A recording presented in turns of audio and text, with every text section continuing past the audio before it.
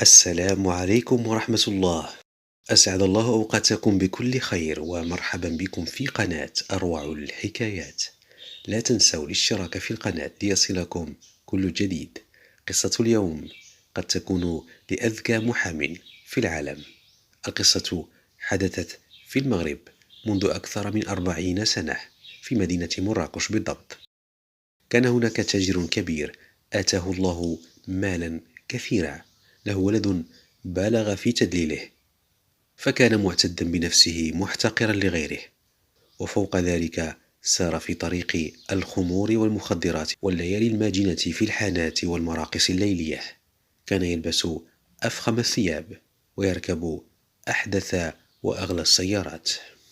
في يوم من الأيام اتصل هذا الشاب الذي كان يدعى مازن بأحد أصدقائه، مقترحا عليه أن يلتقيا لاحتساء الخمر بإحدى الحانات التي اعتاد الشرب فيها. بدأ الشراب يفعل فعله بعقليهما، فحدث نقاش تطور إلى سباب وتعارك بالأيدي. ثم أخرج مازن من جيبه سكينا صغيرا ووجه به ضربة إلى عنق صاحبه، ثم فر خارجا من الحانة والسكين بيده يقطر دما. هرع رواد الحانة إلى محاولة إنقاذ الشاب، لكنه كان قد أسلم الروح لبارئها. اتصلوا بالإسعاف وبالشرطة. حملت الإسعاف الجثة في انتظار تسليمها لأهل القتيل، وألقي القبض على مازن بتهمة القتل العمد. لما وصل الخبر إلى أبي مازن كاد يجن جنونه. ابنه الوحيد سيضيع منه نتيجة تهوره وطيشه. ذهب إلى محاميه الخاص، محامي شركاته وأملاكه، وقال له: أنت أذكى محام عمل معي، ربحت كل القضايا التي دخلتها، والراتب الذي أعطيك شهريا لن تحلم به في أي مكان آخر، والآن مستقبلك معي على المحك. مستقبلك معي رهين بنجاحك في قضية ابني. تفاجأ المحامي وسأل بلهفة: ما الذي حصل مع سيدي مازن؟ قال الأب: لقد ألقي عليه القبض بتهمة القتل. رد المحامي مندهشا: قتل؟ قال الأب: نعم، قتل مع سبق الإصرار وبحضور الشهود، والجريمة ثابتة، وسيتم إعدامه، أو على الأقل سيمضي بقية عمره في السجن. قال المحامي: وما المطلوب مني؟ هل تريد أن يخفف عليه الحكم؟ قال الأب: لا، أريده أن يخرج براءة. صاح المحامي: براءة؟ هذا مستحيل. أنت تقول أن الجريمة ثابتة في حقه، ويوجد شهود، ولا يوجد منفذ واحد في القضية يمكننا من إثبات براءة ابنك. قال الأب: هذا ليس عملي، هذا عملك. عليك أن تجد طريقة ما ليخرج ابني بريئا من هذه التهمة، فليس لي غيره، وإن أعدم فلمن سأترك كل ثروتي؟ إن فشلت في هذه المهمة فلا عمل لك عندي ولا عند غيري. سأوصي كل الشركات والمكاتب ألا يشغلوك. أنت تعلم وساطاتي جيدا، وإن نجحت فاطلب ما تريد، سأعطيك ما يغنيك ويغني ولدك من بعدك. علم المحامي أنه في موقف صعب جدا، خصوصا أن الحاج عيسى أبو مازن أعطاه مهلة حتى يوم المحاكمة ليثبت براءة ابنه. ذهب المحامي إلى بيته وبدأ يفكر في هذه الورطة التي ألمت به، وهذه الزاوية الضيقة التي حشر فيها. تمر الأيام ثقيلة، وفكر المحامي لا يفتر عن تقليب القضية، وفي كل مرة يرجع بفكره قائلا: مستحيل، كيف لي أن أخرج القاتل براءة؟ كيف؟ بعد مرور 3 أسابيع على هذا الحال، كان المحامي يتقلب في فراشه وقد جفاه النوم، ثم فجأة تبسم ولمعت عينه وهو يقول: وجدتها، لقد وجدت الفكرة، أو بصريح العبارة الخطة التي ستمكنه من إثبات براءة مازن. لكنها خطة يجب أن تنفذ بإحكام دون أدنى خطأ حتى تنجح 100%. وفي الصباح ذهب المحامي إلى الحاج عيسى أبو مازن الذي استقبله بتجهم وقال: إن كنت قادما لتعتذر عن القضية فاذهب إلى حال سبيلك، لا تريني وجهك بعد الآن. قال المحامي: لا يا سيدي، لقد جئت لأبشرك أني وجدت الحل ليخرج ولدك براءة، لكن الأمر يحتاج إلى مبلغ كبير، حوالي 1,000,000,000 سنتيم. قال الأب بحماس: أعطيك هذا المبلغ وأزيدك فوقه إن أردت، فقط يخرج ولدي من سجنه وتثبت براءته. قال المحامي: هذا المبلغ ليس كله أتعاب القضية، إنما جزء كبير منه هي مصاريف من أجل إنجاح الخطة. سأل الأب: ألا تطلعني على تفاصيل خطتك؟ قال المحامي: ليس الآن، المهم في الوقت الحالي أحتاج نصف المبلغ، أي 500,000,000 سنتيم، والنصف الآخر فيما بعد. أعطى الحاج عيسى أبو مازن المال للمحامي وحذره أن يراوغه، فمصيره لن يكون جيدا إن حاول التلاعب. طمأنه المحامي ثم خرج من مكتبه. في الغد قصد المحامي مدير السجن الذي يعتقل فيه مازن، عرفه بنفسه كونه المحامي الخاص للحاج عيسى والمكلف بقضية مازن ابنه. قال له أنه يريد التحدث إليه لكن خارج السجن. استغرب مدير السجن لكنه لبى دعوة المحامي والتقى معه في أحد المقاهي. سأل مدير السجن: ما الأمر؟ ما الأمر الذي تريد التحدث معي هنا؟ وضع المحامي حقيبة سوداء على الطاولة ثم فتحها ليريه ما بها. كانت رزما من الأوراق النقدية. قال المحامي مبتسما: في هذه الحقيبة مبلغ 200,000,000 سنتيم مقابل خدمة بسيطة. تفاجأ المدير وقال: ما الذي تريده مني مقابل كل هذا المال؟ قال المحامي: أريدك أن تخرج لي مازن من السجن لمدة ساعة واحدة فقط. قال مدير السجن: هل جننت؟ تريدني أن أخرج مجرما قاتلا من السجن؟ هذا لا يمكن أبدا. ثم ما الذي يضمن لي أنك ستعيده بعد ساعة؟ قال المحامي: أنا محامي مشهور ولن أغامر بسمعتي مقابل قضية مثل هذه، وليس من مصلحتي أن أهرب مازن. أنا أحتاجه لساعة فقط، ثق بي، سيعود إلى السجن بعد ساعة وتحصل أنت تلك الثروة الهائلة. أطرق مدير السجن مفكرا وهو ينظر إلى حقيبة المال، ثم قال: لكن المشكلة في الحراس، ما سيفعل معهم؟ هنا أخرج المحامي حقيبة ثانية أعطاها للمدير وقال له: في هذه الحقيبة مبلغ 100,000,000 سنتيم.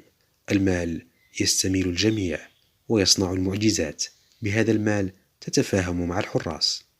ابتسم مدير السجن ثم قال: متى تريد مازن؟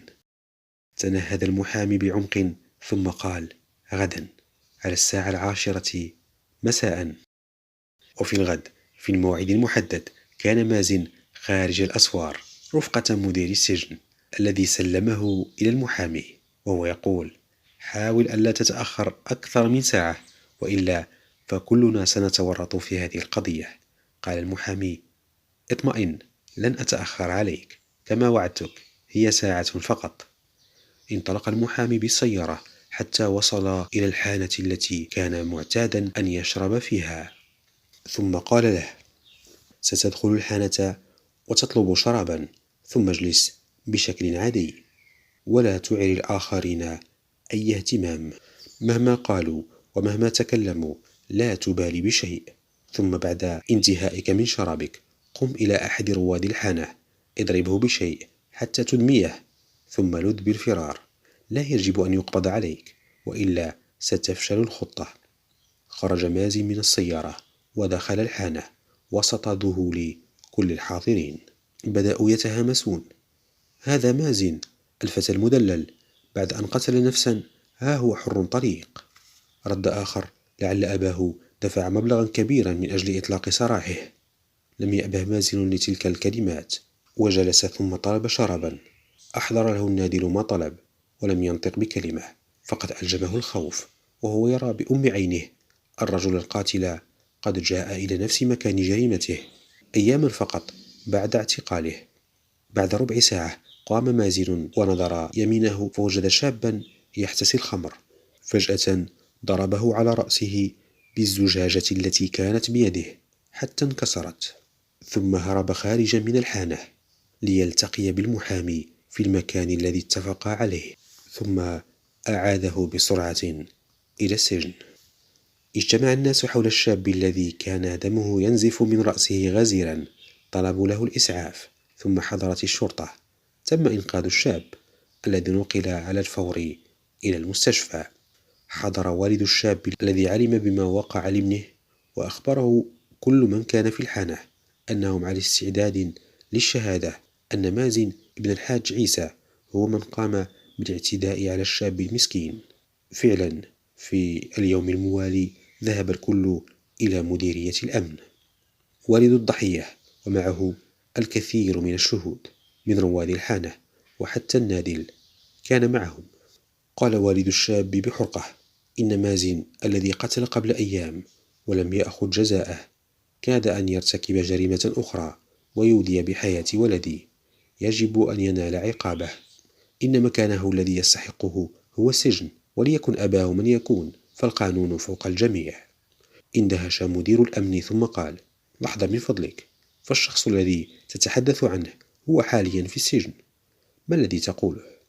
قال الأب: لقد أحضرت معي الشهود ممن كانوا هناك وقت الاعتداء. أدخل مدير الأمن الشهود الواحدة والآخر، فأكدوا جميعهم أنهم رأوا مازن ابن الحاج عيسى في الحانة وهو يعتدي على الشاب المسكين. كانت أقوالهم متطابقة بما لا يجعل مكانا للشك. وفي الغد اتجه مدير الأمن إلى السجن المركزي. دخل إلى مدير السجن وسأله عن مازن. قال مدير السجن مستغربا: إنه مسجون هنا. سأل مدير الأمن مستفهما: ألم تخرجوه من السجن؟ ألم يهرب؟ قال مدير السجن: مستحيل أن نخرجه، فهو مجرم قاتل ولا أمل له في الهروب، فالحراسة عندنا مشددة جدا. قال مدير الأمن: كيف تفسر أن أناسا قد رأوه في الحانة وقد اعتدى على شخص آخر؟ قام مدير السجن من مكتبه وهو يقول: إن لم تصدقني يا سيدي فسأحضره لك من زنزانته. أتي بمازن وهو مقيد في الأصفاد وقد لبس ملابس السجن، فاندهش مدير الأمن لما رآه وقال بصوت خافت: فهمت، فهو إذن شخص يشبهه تماما، هو من اعتدى على الشاب في الحانة، لا يوجد تفسير آخر. تمر الأيام ويأتي يوم المحاكمة. قام المحامي وقال: إن مازن يا سيدي القاضي بريء من تهمة القتل ولا علاقة له بها البتة. رد القاضي كالمتهكم: كيف تقول أنه بريء وكل الناس شهدوا أنهم رأوه بأعينهم يغرز السكين في عنق صاحبه؟ صاحب الحانة وكل روادها شهدوا ضده. رد المحامي: سيدي القاضي، منذ أيام قلائل فقط كان لدى الشرطة محضر وقضية يتهم فيها مازن أنه اعتدى على شخص ما في الحانة وضربه حتى أدمى رأسه. كيف له أن يفعل ذلك وهو حبيس في سجنه؟ أن له ذلك؟ وهذا أكبر دليل أن مازن بريء، والمجرم الحقيقي ما زال حرا طليقا يعيث في الأرض فسادا، وربما يرتكب جرائم أخرى وتنسب لمازن الشاب البريء. خدع القاضي بكلام المحامي المنمق وحكم ببراءة مازن، موقنا أن المجرم الحقيقي خارج أسوار السجن ويجب أن يعتقل ليأخذ جزاءه. وهكذا أغلقت القضية، وخرج مازن من السجن وذهب رفقة المحامي إلى بيت الحاج عيسى الذي لم يشأ الحضور للمحاكمة، فهو لا يريد سماع حكم القصاص من ولده. لكنه تفاجأ لما رأى المحامي ومعه ولده مازن، وفرح فرحا كبيرا وقال للمحامي: أنت نعم أنت. قال المحامي: الآن يا سيدي أريد بقية المبلغ المتفق عليه.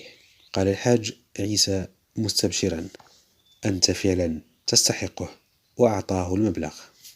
لم تكشف هذه القصة إلا بعد وفاة المحامي من قبل أحد مقربيه. لم يأخذ مازن عقابه الدنيوي، لكنه حتما سيحاكم يوم الحساب، وكذلك المحامي والأب، كل منهما سينال جزاؤه يوم القيامة. أشكركم على متابعتكم، وأنتظر تعليقاتكم على القصة. لا تنسوا الضغط على زر الإعجاب والاشتراك في القناة، ما زال في جعبتنا الكثير. دمتم طيبين، والسلام عليكم ورحمة الله.